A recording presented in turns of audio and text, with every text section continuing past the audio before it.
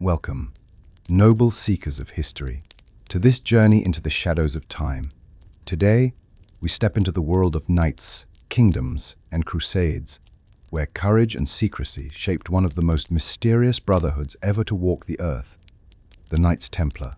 Imagine a time when Europe trembled at the clash of swords, when faith and power collided, and when ordinary men took sacred vows to fight for God, honor, and brotherhood. In this video, you will travel across centuries, through blood-soaked battlefields, sacred halls, and whispered legends, to witness the rise of an order that became warriors, bankers, and symbols of eternal mystery. Their story is not merely about war. It is about destiny, sacrifice, and the pursuit of an ideal greater than themselves. Whether you are a lover of history, legend, or truth seeker of hidden mysteries, this is your invitation. Sit back, open your mind, and prepare your heart for the tale of the Knights Templar. The journey begins now. What if I told you that behind the greatest wars of the Middle Ages lay a brotherhood bound not by blood, but by an unbreakable oath? What if I revealed that their power shook both kings and popes alike, and that their downfall was born not from weakness, but from fear of their strength? The Knights Templar were more than soldiers. They were guardians of secrets, architects of wealth, and the keepers of mysteries that still haunt our world today. Their rise was glorious, their fall catastrophic, and yet their legacy refuses to die. This is not just history. It is a story of loyalty, betrayal, and a flame that never went out. Subscribe for more history, like and comment. If you believe history should never be forgotten, and share to spark conversation about the lessons we must learn from the past. This is not myth, this is history. And it begins here, for Kengt, the year is Ichen Ibite Isajot. Europe lies restless, its kings and lords whispering of glory and salvation in the east. Pilgrims, men, women, and children, make perilous journeys to the Holy Land, drawn by faith but crushed by fear of bandits, marauders, and the chaos that reigns beyond their homelands.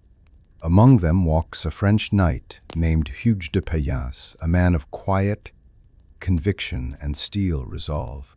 He has seen the blood of the First Crusade and knows the dangers that still stalk the sacred roads to Jerusalem. He is not a man seeking riches or crowns. He is a man who believes in duty, in sacrifice, in a brotherhood that might serve something greater than kingdoms. Jerusalem, newly seized by crusaders, stands at the center of the world, its walls echoing with hymns and war cries alike. Amid this city of contradictions, Hugues gathers a small band of like-minded warriors. They kneel together at the Temple of Solomon, their swords glinting in the dim candlelight, their voices united in a vow. We swear poverty, chastity, and obedience. We swear to protect the pilgrims of Christ, with our blood if need be. We swear to become not knights of lords, but knights of God. 9 men, 9 swords, 9 vows. Note, the brotherhood of the poor fellow soldiers of Christ and of the Temple of Solomon is born. The order history will one day call the Knights Templar. The world does not yet know their name. Kings do not yet tremble, and popes have not yet written their blessings. But within the stone walls of that ancient temple, a fire has been lit, a fire of faith and steel, a fire that will burn across continents and centuries. Their first mission is not conquest, but protection, shielding the weak, guiding the faithful, and carving order into chaos. Though they are few, they fight like many, for their strength does not come from numbers, but from the conviction of their oath. And so begins the story of the Templars, not with armies or treasures, but with 9 men who believed that one sword raised for God was worth more than 1,000 raised for kings. The brotherhood is born. The The journey begins. The dusty roads to Jerusalem are rivers of faith and fear. Pilgrims, peasants in ragged cloaks, merchants with their wares, mothers clutching children, walk the sacred paths with trembling steps. Each mile is a gamble, the threat of ambush by Saracen raiders, betrayal by bandits, or death from thirst and exhaustion. Many never reach the holy city, but change is coming. On a barren stretch of road leading from Jaffa to Jerusalem, a caravan of pilgrims is cornered by bandits. Their cries echo through the valley as steel flashes in the sun. Just when despair seems certain, armored riders thunder into view. At their head is Hugues de Payens, his white mantle plain and unmarked by symbols, yet his presence radiates command. Beside him rides Godfrey de Saint-Omer, his young eyes blazing with fire. The small band of knights charges into the fray with unwavering determination. Steel clashes against steel. Dust rises as hooves strike the ground. One pilgrim watches in awe as 9 knights, though outnumbered, cut through their enemies like a storm. The Templars fight not for spoils, but for souls, their swords driven by their vow. When the last bandit flees into the wilderness, silence returns. Hugues dismounts, removes his helm, and kneels before a trembling child. He places his sword into the earth as a sign of peace. "Fear not," he says softly, "for we are sworn to protect you. Where you walk, we will guard. Where you pray, we will stand." Word spreads quickly. Pilgrims whisper of warrior monks who fight not for gold, but for the weak. In taverns, in churches, in the markets of Jerusalem, the tales grow. They are not yet famous, but already they are becoming a legend. In time, their mission expands. They patrol the roads, escort caravans, and stand watch at the gates of holy shrines. They are few, yet their presence feels vast. An order invisible and ever vigilant. For the first time, pilgrims dare to hope. And hope, like fire, spreads quickly. Thus, the poor fellow soldiers of Christ begin their transformation. From humble knights into guardians of a faith, protectors of a people, and the silent shield of Christendom, Jerusalem is no longer the distant dream it once was. It is now the heart of Christendom's ambitions. From Europe to the East, whispers of relics, holy shrines, and divine battles stir the hearts of kings and commoners alike. The Holy Land has become the stage where faith is tested in fire and steel. In the streets of Jerusalem, the newly formed brotherhood walks humbly, their armor plain, their heads bowed. Yet their presence is unlike any other knights. They do not swear fealty to a king or lord. Their master is higher. The very church itself, Patriarch Warmond of Jerusalem, sees their devotion and grants them legitimacy. He speaks in solemn tones within the holy cathedral. You are no longer 9 lost knights. You are the temple's chosen guardians. By Christ's blood your swords are consecrated, their purpose sharpens. No longer mere wanderers, they are recognized as an order. The Holy Land itself becomes their battleground, their sanctuary, their destiny. Beyond the city, pilgrims feel their presence. The once perilous roads are now patrolled by warriors who wear humility as armor. Bandits begin to fear the sight of white mantles on the horizon. The Brotherhood's oath echoes louder than ever. From the shadows of obscurity, the Templars rise into the light of history. The Temple of Solomon, an ancient structure steeped in mystery, becomes their home.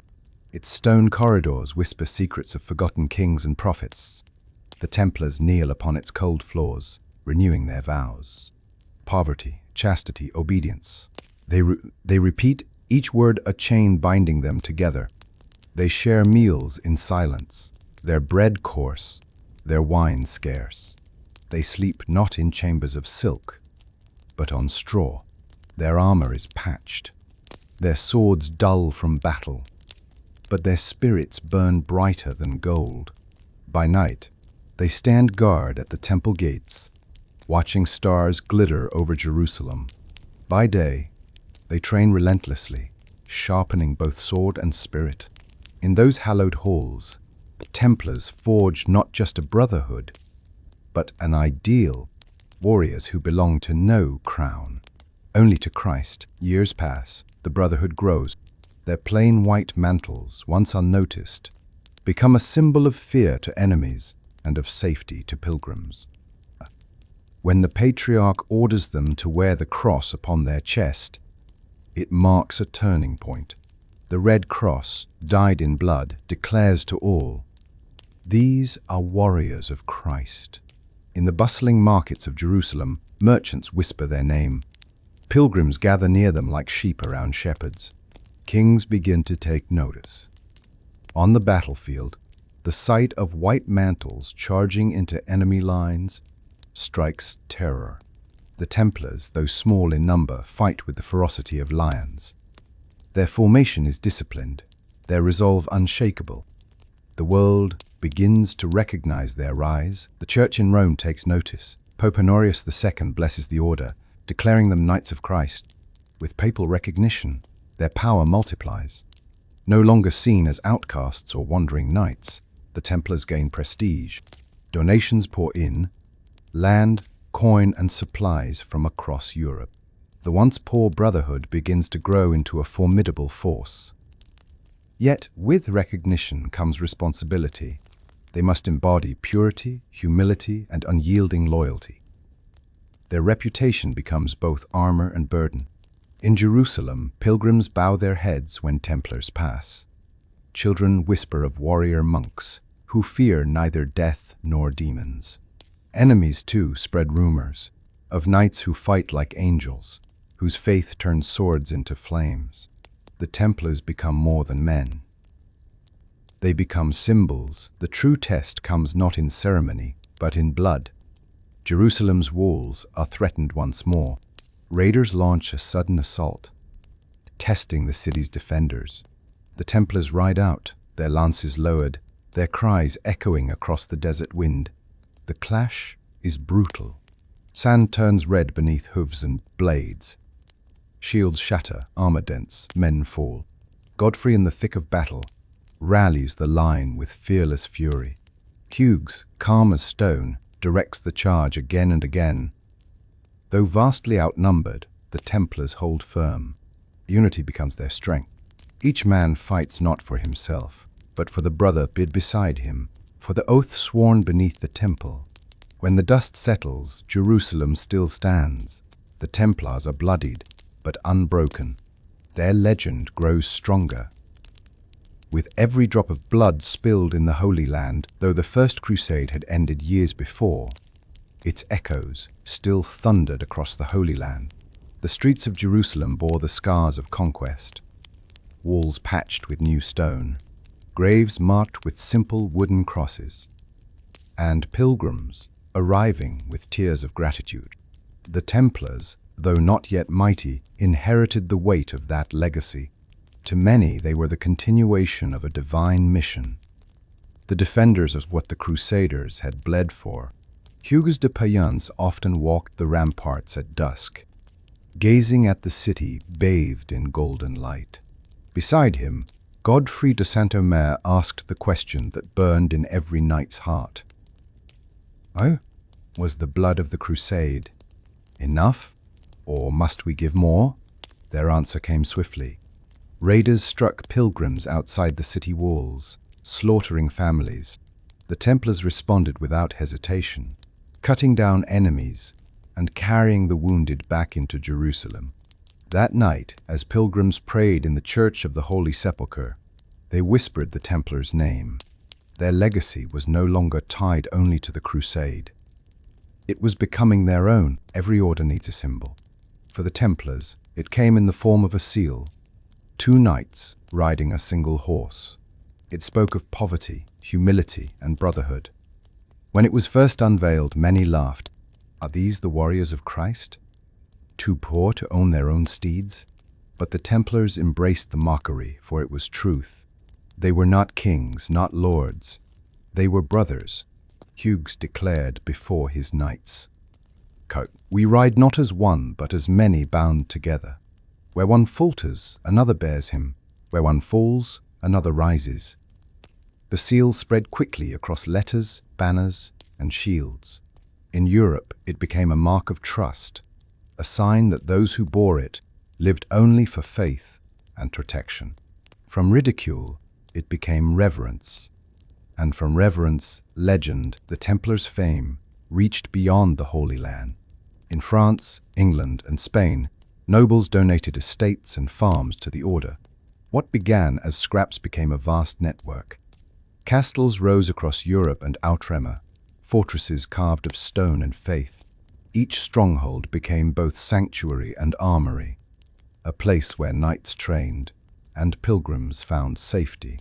Hugues traveled back to France to secure support from King Baldwin II. In great halls, he spoke not of riches, but of divine purpose. Kings, impressed by their humility, signed charters that expanded the Templars' reach. Godfrey remained in the Holy Land, overseeing the construction of fortresses. Under his watch, walls climbed high, banners flew, and men swore their oaths beneath the rising towers. What began as 9 poor knights was now becoming an institution of power. The Templars were not monks in cloisters. They were warriors of the sword and the cross. Their days began with prayer, but ended with steel. In training fields, they drilled endlessly. Wooden swords cracked against shields, spears struck targets, and war horses thundered across dirt. In chapels, they prayed as devoutly as priests. They became an army of paradox, monks who killed, soldiers who prayed. When enemies struck a caravan outside Acre, the Templars rode to answer. At dawn, they fought with sword and shield. At dusk, they knelt before the altar, chanting hymns for the fallen to pilgrims. This duality was divine. To enemies, it was terrifying. The Templars lived not as men, but as living weapons of faith. The pilgrims once trembled at every road, but now they sang hymns as they walked, guarded by knights in white. Templars began escorting groups across treacherous paths. Mothers carried children, old men limped with canes, but none were left behind. Along mountain passes, the knights formed protective walls. In open fields, they scouted ahead on horseback. One day, a caravan was ambushed by raiders in the Valley of Blood. The pilgrims screamed, but the Templars closed ranks around them. Shields raised, lances lowered, they repelled wave after wave. When the dust cleared, no pilgrim had been lost. The people fell to their knees, weeping with gratitude. One elderly woman kissed the hem of Hugues' mantle, whispering, "You are God's angels." The legend spread like wildfire. The Templars were no longer just knights. They were guardians of the faithful, protectors of Christendom's soul. The Templars' home within the ruins of Solomon's Temple was more than stone walls. It was a gateway to mystery. Beneath the floors, ancient tunnels stretched into darkness, whispering secrets of forgotten ages. By torchlight, Hugues de Payens led a group of knights below, their armor echoing in the hollow chambers. Dust hung thick in the air, and strange markings lined the walls, symbols older than Jerusalem itself. Some whispered that the Templars were searching for sacred relics, the Ark of the Covenant, the treasures of Solomon, perhaps even scrolls of hidden wisdom. Others believed they sought only to secure the temple from infiltration. But among the Brotherhood, silence reigned. One night, Godfrey returned from the tunnels carrying a weathered chest. Its contents were never shown to outsiders, but afterward, the Templars' influence seemed to grow rapidly. What was discovered beneath those stones may never be known. But from that day, the Templars were no longer seen only as knights. They became guardians of secrets. From their secretive beginnings, the Templars grew wealthy beyond imagination. Pilgrims donated coin, nobles gifted estates, and kings entrusted them with treasure. Caravans laden with gold, spices, and silks arrived from the east. In fortified strongholds, the knights stored their riches not for themselves, but for Christendom. Yet rumors spread that the Templars had discovered hidden treasures in Jerusalem, gold of Solomon, relics of saints, even holy artifacts that gave them power. In the treasury of Acre, Hugues inspected chests overflowing with coin. He spoke sternly. "Kai, this wealth is not ours. It is God's. We are but stewards." Still, whispers persisted. Pilgrims saw knights carrying sealed crates under moonlight. Kings wondered if the order held more wealth than their own coffers. The treasure of the East became both blessing and curse, fueling the Templars' might and seeding envy in the hearts of rulers. The Templars were no longer bound to roads and castles. They commanded the seas. From the ports of Acre and Jaffa, they built a fleet of warships and merchant vessels. These ships carried pilgrims safely to the Holy Land and ferried supplies across the Mediterranean. On deck, white sails bore the Red Cross.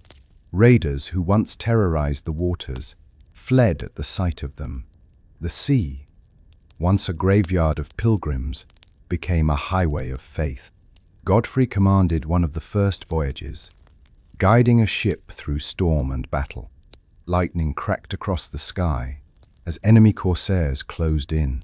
Yet the Templars fought fiercely, boarding enemy vessels, capturing ships, and returning with both pilgrims and spoils safe. The sea became another weapon in their arsenal, extending their reach far beyond land.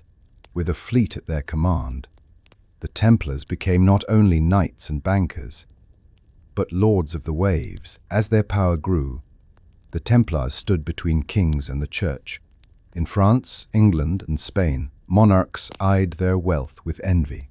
Yet the Pope himself declared the Templars answerable only to him. This independence made the order untouchable and deeply resented. Hugues traveled to Rome, bowing before the Pope, securing papal bulls that granted the Templars immunity from local laws and taxes. No king could command them, no bishop could condemn them. They were free agents of God. But kings did not forget. In courts and councils, whispers turned to resentment. Why should warrior monks hold castles, wealth, and armies greater than some kingdoms? Godfrey warned his brothers. One day their envy will become a sword at our throats. Between crown and cross, the Templars chose the cross. But it was a choice that would sow the seeds of their downfall. The Templars were not the only warriors of Christ. Rival orders rose to challenge their influence. The Hospitallers, protectors of the sick and poor, the Teutonic Knights, fierce German crusaders. At first, alliances held. Hospitallers marched alongside Templars into battle, banners fluttering together in the wind. Yet rivalries simmered beneath the surface. Who commanded more men? Who held more castles? Who carried greater favor with kings and popes? In Acre, a tense meeting unfolded. The Hospitaller Grand Master, draped in black robes with a white cross, clashed with Hugues in words. "You are not the only guardians of Christendom," he warned. Though blood was not spilled, distrust was born. Godfrey, ever fiery, whispered to his brothers, "Oh, they may wear crosses, but they eye our power like wolves." From that day, the Templars knew they were not only fighting Saracens and bandits. They were fighting shadows cast by rival orders. Word of the Templars spread far beyond Jerusalem. In Paris, London, and Rome, whispers of warrior monks guarding the Holy Land stirred admiration and curiosity. Nobles eager for salvation granted the order land, castles, and wealth. Farmers donated fields, merchants gave coin, widows surrendered estates in the hope of eternal reward. In Paris, Hugues de Payens himself established the order's headquarters. Their influence expanded into every corner of society. They invented new systems of finance. Pilgrims could deposit money in Europe and withdraw it safely in the Holy Land. Trust in the Red Cross grew so strong that kings themselves entrusted their treasuries to the Templars. But with expansion came jealousy. Some clerics muttered, "Are they monks or merchants? Knights or kings?" Yet the people revered them. From the poorest peasant to the mightiest noble, the Templars were symbols of unshakable faith. With land and wealth, the Templars built castles, fortresses that stood as monuments of faith and war. In the Holy Land, strongholds like Safed and Tortosa rose upon mountain ridges, their walls unbreakable. In Europe, commanderies became centers of training and administration. Godfrey de Saint-Omer supervised construction in Outremer. He walked among masons, his voice commanding yet encouraging. Each stone laid was both weapon and prayer. The castles were not just walls of defense, but sanctuaries of Christendom. Pilgrims entered these fortresses and found shelter, food, and protection. Warriors trained tirelessly in the courtyards, lances crashing against shields, the clash of steel echoing through stone halls. To enemies, the castles were terrifying symbols of power. To allies, they were beacons of safety, rising above deserts and forests alike.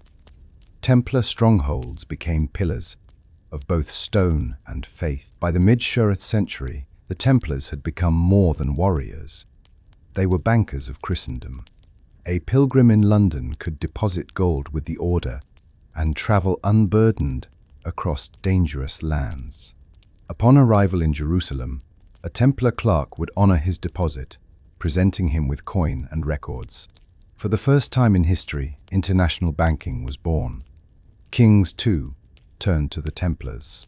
Rulers entrusted their treasuries, borrowed money for wars, and even placed their crowns as collateral. The Templars' vaults were said to hold more than entire kingdoms.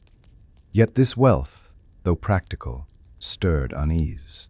Monks were not meant to handle gold. Priests warned that greed could corrupt even the holiest of men. But the Templars insisted, "This wealth is not ours, but Christ's. We are its guardians." Their role as bankers gave them unmatched influence, but also painted a target on their backs. In the shadows of their success, whispers grew. Some claimed the Templars guarded not just gold, but holy relics, perhaps even the Holy Grail itself.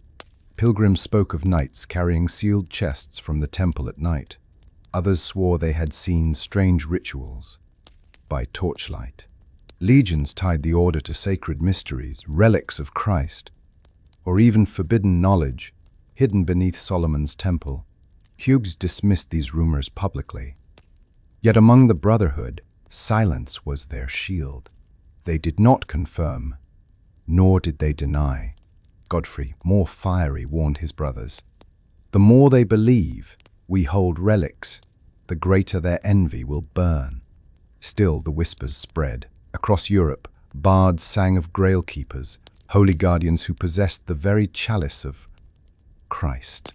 Whether truth or myth, the legend became part of the Templars' identity. Powerful, dangerous, eternal. Within their walls, the Templars lived by rules of silence. They spoke only when necessary, prayed at dawn and dusk, and lived in strict discipline. Meals were eaten in silence, with readings of scripture filling the air. Conversation was limited, gestures replaced words. The vow of obedience was iron, and brothers were punished for even minor disobedience. This silence made them seem otherworldly. Pilgrims who stayed in Templar strongholds described monks who rarely spoke, yet fought like lions in battle. To outsiders, their secrecy only deepened the aura of mystery. When asked of their rituals, knights gave no answers. Were they guarding relics, practicing hidden rites, or simply following strict discipline? None could say. But one truth was clear. Silence was their strength. It bound them together as one, a brotherhood that spoke not in words, but in faith and steel. The sun that had once shone on the Templars began to dim, After decades of triumph, shadows crept over Christendom. The Crusader states, once strong, faltered under relentless attacks. In Jerusalem, pilgrims who once walked freely now trembled as Saracen banners gathered on the horizon. Saladin, a commander of brilliance and faith, rose among their enemies, uniting forces against the Crusaders. The Templars fought valiantly, but battles grew bloodier. Castles once thought unbreakable were tested. At Hattin, fire and steel broke the Crusader army. Thousands perished, and Jerusalem slipped from Christian hands. Hugues, now aged, prayed in silence as news spread. The holy city is lost. Godfrey, scarred and weary, slammed his fist against stone. We bled for centuries, and still the tide turns against us. The Templars, the fall of Jerusalem in Etend Ebite Bashiti, struck Christendom like thunder. For nearly a century, it had been the heart of the Crusades. Now it belonged to Saladin. Templars who had sworn to defend the city wept upon hearing the bells fall silent. Pilgrims fled in droves, carrying only memories of holy shrines. The church in Europe reeled, calling for a new crusade. But the wound was deep. Inside a fortress near Acre, Godfrey addressed his brothers. Jerusalem is not stone and mortar. It is our vow. As long as we draw breath, we are its guardians. Even in exile, though defeated, the Templars did not dissolve. They regrouped, defended strongholds along the coast, and prepared for renewed crusades. Their courage kept hope alive, even in the face of despair. But the world would never see them as untouchable again. Driven from Jerusalem, the Templars turned Acre into their new stronghold. Its walls rose against the sea, a fortress of resilience. Inside, training intensified. But young recruits from Europe filled the ranks, eager to reclaim lost glory. Veteran knights taught them discipline, how to wield the sword, how to ride, how to pray before battle. At sea, the Templar fleet grew stronger, supplying fortresses and escorting crusaders to the east. On land, they built new castles to replace those lost. Every setback was met with relentless rebuilding, but morale was fragile. Some whispered that God had abandoned them. Others believed their vows still held, meaning beyond walls of stone. Godfrey, standing upon Acre's ramparts, declared, "Oh, Jerusalem lives in every knight who bears the cross. As long as we fight, it is not lost."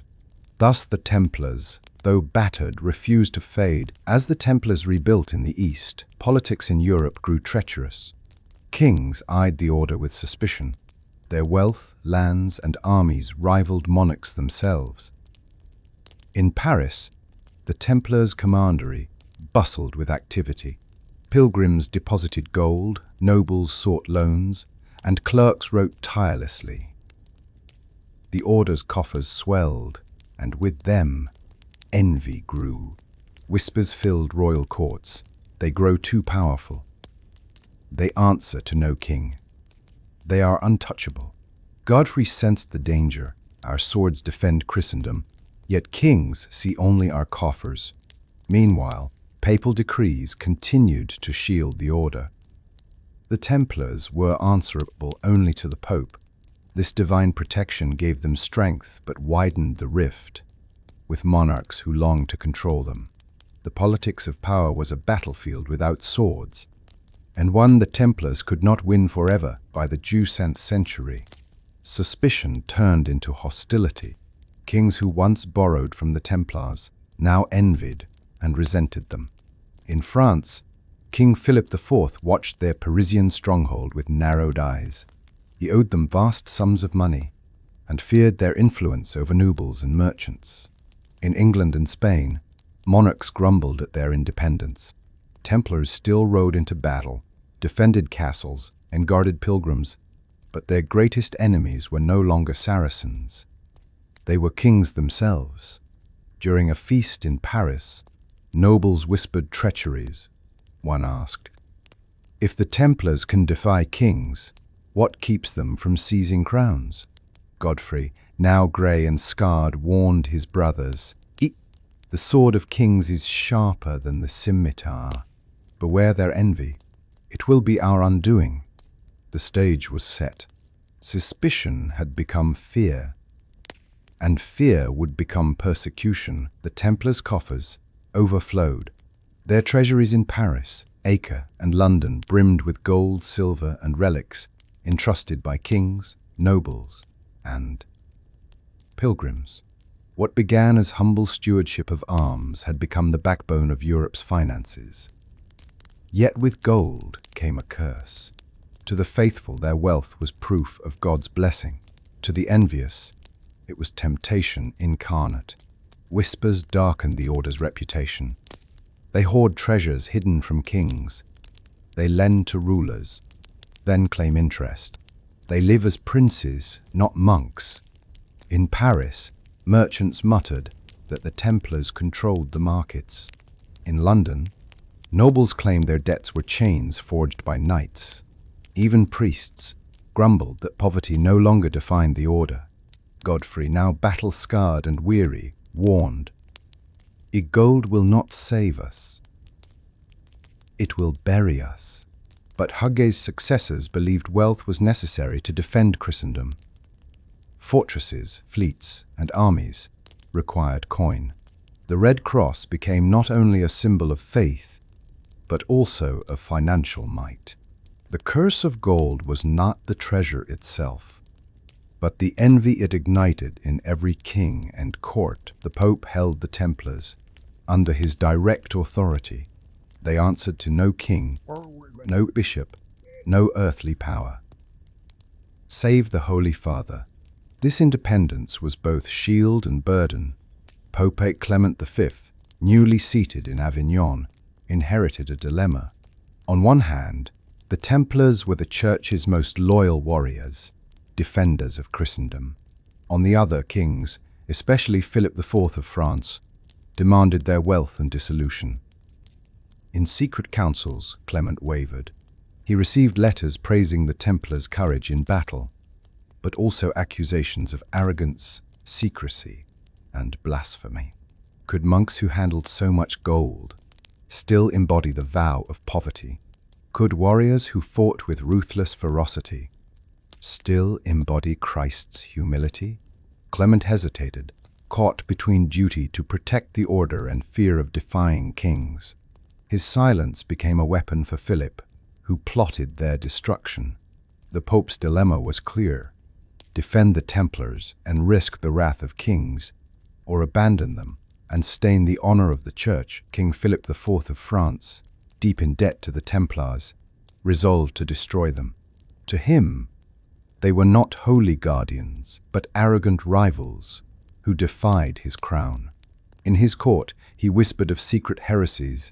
The Templars spit upon the cross, deny Christ, and worship idols. These accusations, though baseless, spread like wildfire. Envy turned into suspicion, suspicion into hatred. Philip summoned his advisors. "We cannot fight them with swords. We will fight them with lies." Pamphlets and rumors poisoned the streets of Paris. The once revered knights were now whispered as blasphemers, sorcerers, and traitors. Godfrey, too old to fight, saw the storm gathering. It is not Saladin's sword that will end us, but Philip's tongue. The king prepared his move. The wrath of the crown would fall swiftly, cloaked in false righteousness. October 7th, 1575. A date burned into history. On that Friday morning, at dawn, the Templars of France were seized in a sudden sweep. Templar commanderies were stormed by royal guards. Knights were dragged from beds, chained, and thrown into dungeons. Their treasures were seized, their banners torn down. The once untouchable warriors of Christ were paraded as criminals. Philip declared their crimes before the world: heresy, witchcraft, and blasphemy. The Church was stunned. The people gasped. Could it be true? In Paris, smoke rose from torches as terrified crowds watched. Templars marched through the streets. Some cried out in support, Others spat in fear. The brotherhood was broken not by battle, but by betrayal. Friday the Shoe Santh became a curse, its legend forever tied to the fall of the Templars. In dark dungeons beneath Paris, the trials began, not of justice, but of torment. Templars were stretched upon racks, burned with irons, starved and beaten until their cries echoed through stone halls. Under agony, many confessed to lies whispered by the crown, spitting on the cross, worshipping false idols, denying Christ. The confessions were written, sealed, and proclaimed as proof. To the world, it seemed the knights had betrayed their vows. In truth, they were victims of cruelty. Grand Master Hugues de Payens endured days of torture. At first he refused to speak, but after endless torment, even he confessed, his words hollow and broken. Yet when brought before the people, he cried, these confessions are lies. We are innocent before God." The trials dragged on, each confession strengthening Philip's hand, each scream silenced by the crown's power. The once glorious brotherhood was being dismantled not on battlefields, but in torture chambers. The courts of Europe buzzed with scandal. Documents sealed with royal crests spread like wildfire. The Templars confessed their heresies, yet those who read the words did not see the bloodstains upon the parchment, the broken fingers that held the quill, the screams that echoed in dungeons. Confessions won under the rack became weapons of politics. In Paris, Hugues de Payens stood before a tribunal. His voice, though hoarse, carried across the hall. "I confess nothing but what torture forced from me. We are not heretics, we are knights of Christ." But his pleas fell on deaf ears. The Inquisition, driven by Philip's will, declared the order guilty. Across Europe, commanderies were seized, treasures stolen, brothers imprisoned. Once, the Red Cross had been a symbol of hope. Now it was branded as the mark of betrayal. The world was shown lies, and lies became truth. Not all Templars endured the torment. Many, shattered by pain, recanted their vows and confessed to falsehoods.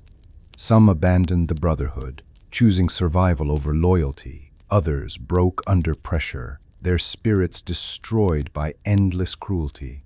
The once unbreakable chain of knights began to fracture. Godfrey de Saint-Omer, now frail and near death, whispered to a young recruit, "Hold fast. Even when the world calls us liars, God knows our truth." Yet for every knight who resisted, another surrendered. In towns across Europe, Templars were paraded in shame, stripped of their mantles, their vows declared void. The once mighty brotherhood, bound by sacred oaths, found those very oaths shattered by fear and torment. Hugues de Payens, last Grand Master of the Templars, became the symbol of their defiance. Imprisoned for years, he endured trial after trial, each accusing him of blasphemy. Yet he remained unbroken. When asked to repent, he replied, "I have one master, and he is not of this world." In Ichensambai-Ishasith, de Molole and fellow leaders were condemned to death. On a cold March evening, he was led to a pyre on the Ile de la Cité in Paris. Crowds gathered, whispering prayers, while soldiers forced him onto the wood. As flames rose, de Mole's voice thundered, "God knows who is wrong and who has sinned. Soon, all who have condemned us shall face his judgment." Twitices swore he never screamed, never begged. He died as a knight, flames reflecting on the Seine, the last Grand Master of the Temple. The flames of de Mole's pyre left more than smoke. They left a scar upon France. As his ashes drifted over Paris, rumors spread that his curse had been spoken. Before the year ends, Pope Clement and King Philip shall answer before God. The prophecy seemed madness, yet within months, both Clement and Philip were dead, one from illness, the other from a sudden stroke. Europe whispered that the Grand Master's soul had risen in vengeance. The once mighty order was scattered, castles seized, lands divided, treasures stolen. Yet, in taverns, monasteries, and courts, the story of the burning in Paris lived on. The people spoke not of heretics, but of martyrs consumed in fire. The ashes of the Templars did not fade. They became legend. Though the Templars were destroyed, their shadow lingered. Kings who had condemned them feared whispers of their curse. Nobles who seized their lands felt eyes upon them. Priests who signed their deaths prayed nervously at night. In Europe, peasants spoke of ghostly knights riding under the moon, guarding hidden treasures. Some believed the Grail was spirited away by surviving brothers. Others swore the fleet vanished into the seas, carrying relics to unknown shores.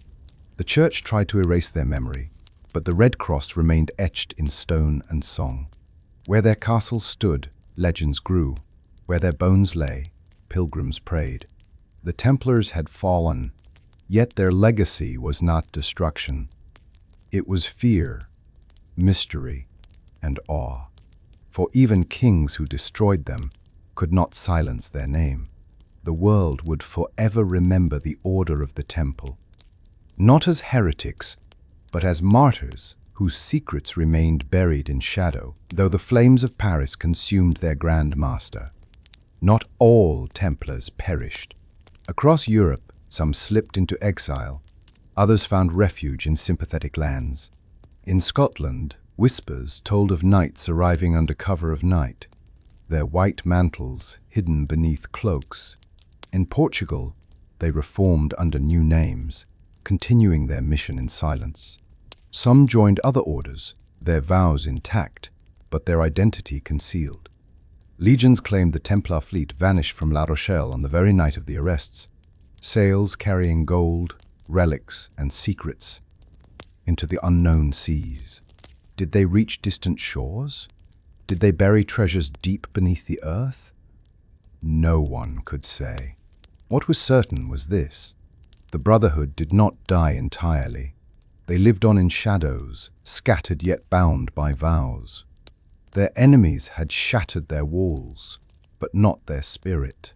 And in every rumor of hidden treasure, every tale of knights in exile, their presence remained, silent, watchful, eternal. As years passed, truth and legend blurred.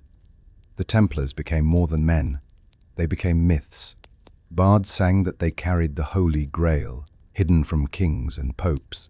Others claimed they guarded relics of Christ, the shroud, the spear, the ark itself. In taverns, peasants swore ghostly knights appeared on battlefields to aid the righteous. In secret manuscripts, alchemists tied the Templars to hidden knowledge, the secrets of stone, the wisdom of Solomon, the mysteries of the heavens. Some whispered they had crossed oceans to lands unknown, bearing treasures that would one day return. Godfrey's warnings seemed prophetic. Envy and fear had destroyed them, but mystery had made them immortal. Whether myth or truth, the legend of the Grail Keepers ensured that the Templars would never be forgotten. For in every age, men searched for their secrets, hoping to find power in their silence. Centuries have passed since the Templars burned in Paris, yet their shadow endures. Historians seek their truth, adventurers chase their treasure, and mystics whisper their secrets. From ruined castles in the Holy Land to moss-covered fortresses in Europe, their red cross lingers etched in stone. Pilgrims still walk the paths they once guarded, and their name is spoken with both reverence and fear. Were they holy warriors, betrayed by kings? Or did they uncover secrets so dangerous that rulers had no choice but to silence them? The truth lies buried beneath centuries of silence. But perhaps that is their greatest power, not their swords nor their gold, but their mystery. For as long as the world wonders, the Templars live on. Their brotherhood began with 9 knights and a vow. It ended in fire and chain. Yet, in legend, in whispers, in the eternal imagination of mankind, the Knights Templar rise forever. And so, dear travelers of time, we come to the end of our journey through the rise and fall of the Knights Templar. From 9 humble knights in Jerusalem to a brotherhood that shook kings and popes, their story is one of courage, sacrifice, betrayal, and eternal mystery. They lived as guardians of pilgrims, warriors of faith, and innovators of power. Yet envy and fear proved stronger than steel, dragging them to pyres of fire. Still, their flame did not vanish. It transformed into legend, burning brighter in myth than it ever had in reality. The Templars remind us that history is not merely dates and battles. It is faith tested by power, loyalty betrayed by envy, and ideals that live on long after men have turned to dust. Their legacy belongs not only to the past but to us, who still whisper their name and wonder at their secrets. Thank you for walking this path with me, for witnessing their oath, their triumph, their downfall, and their immortality. The Knights Templar may have fallen in fire, but in memory they rise again, and forever